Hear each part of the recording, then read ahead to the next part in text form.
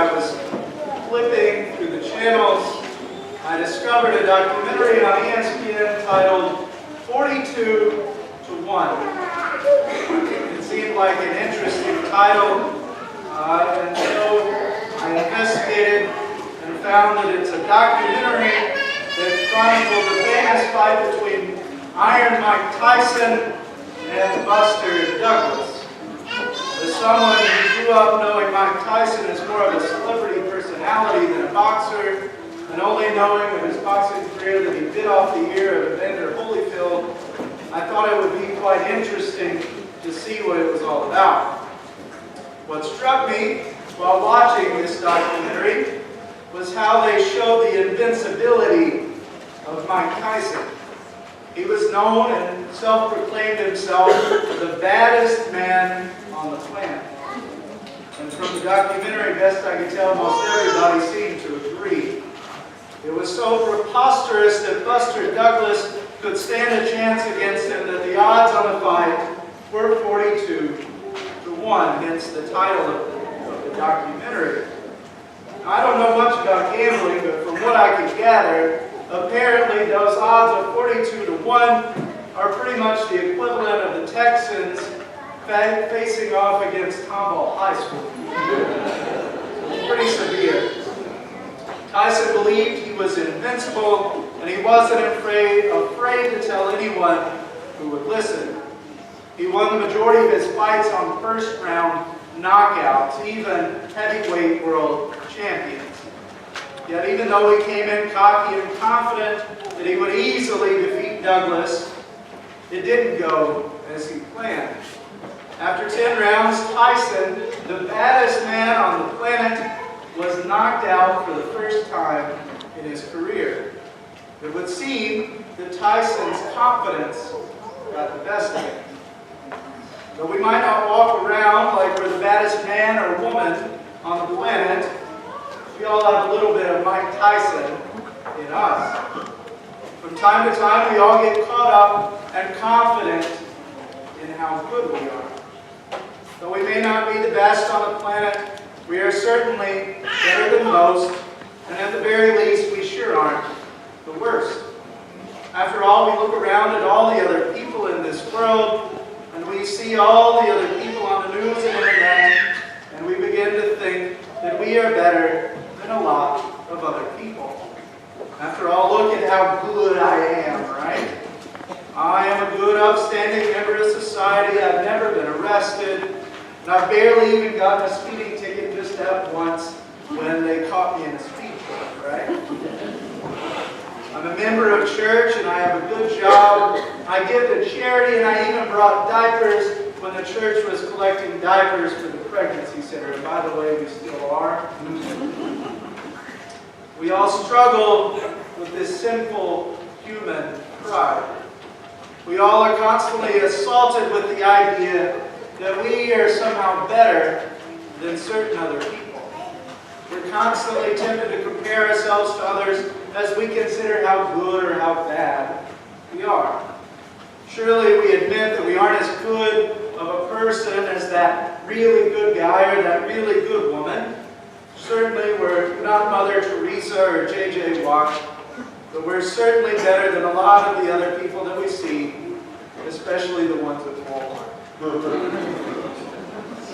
Though this time of year is a time of giving and charity, we get caught up in how charitable we are, and we consider how great of a person we are because we gave to this or that charity. We all do it, myself included. We forget how sinful we are, and we convince ourselves that we aren't really that bad. John, on the other hand, was humble. As he was questioned by the men sent by the Pharisees, he declared that he was not the Christ, or Elijah, or the prophet. He was certainly the talk of the town as everyone was coming out to Bethany on the other side of the Jordan to be baptized by him and to hear him preach. He also was certainly pretty special since he was born from Elizabeth, who was barren and also advanced in years. easily could have talked about how great and awesome he was, and how good of a preacher he was, and how good of a person he was. But instead, he humbly declared that he was not Christ. He could have been like Mike Tyson and said that he was the holiest man on the planet.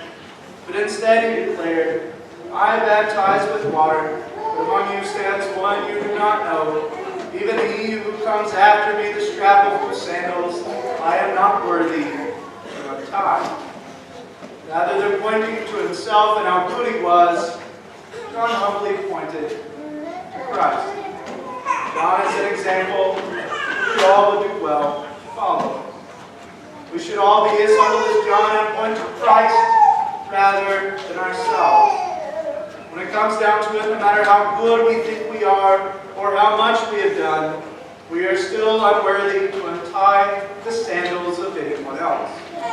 Each and every one of us should be so humble as to confess that we are the chief sinner and that we are no better than anyone else.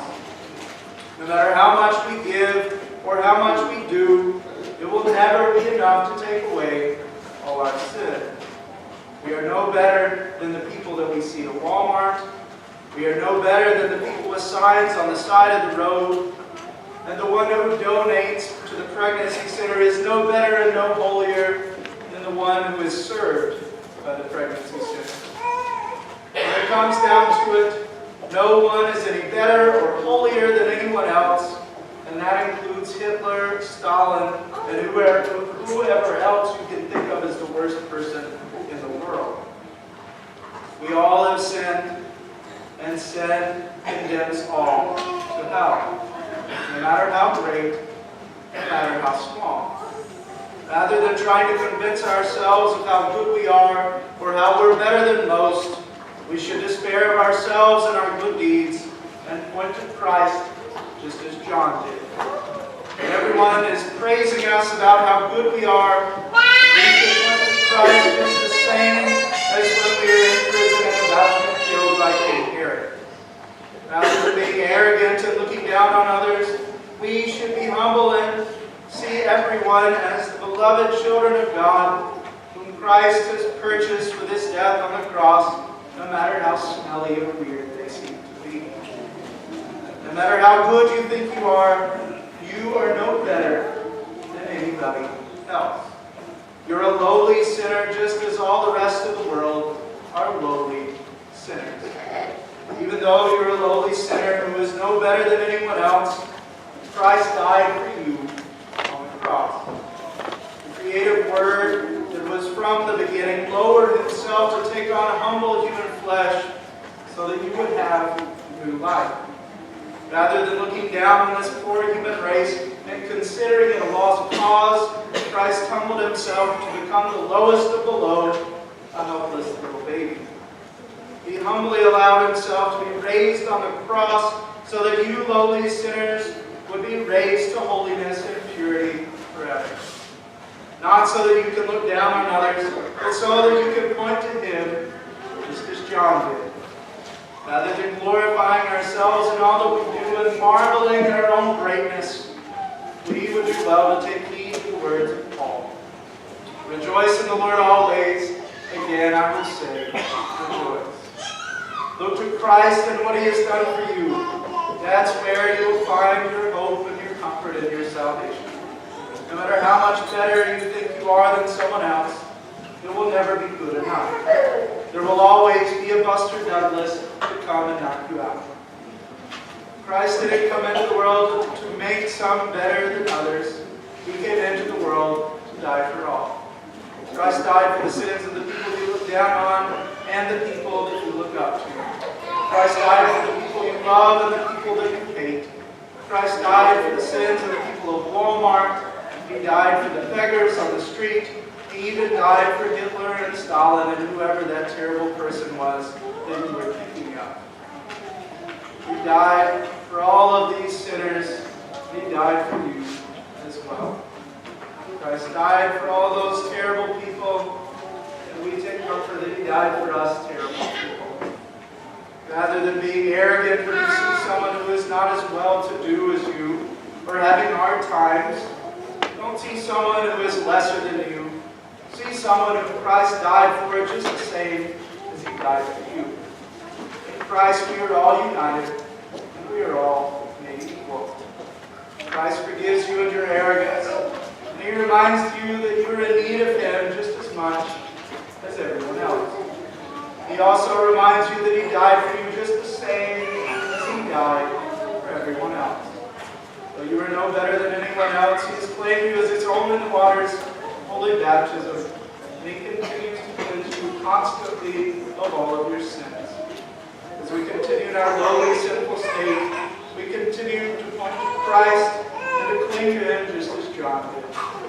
We are unworthy to untie the strap of his sandals. He has lowered himself so that we are elevated to live with him in righteousness and purity forever.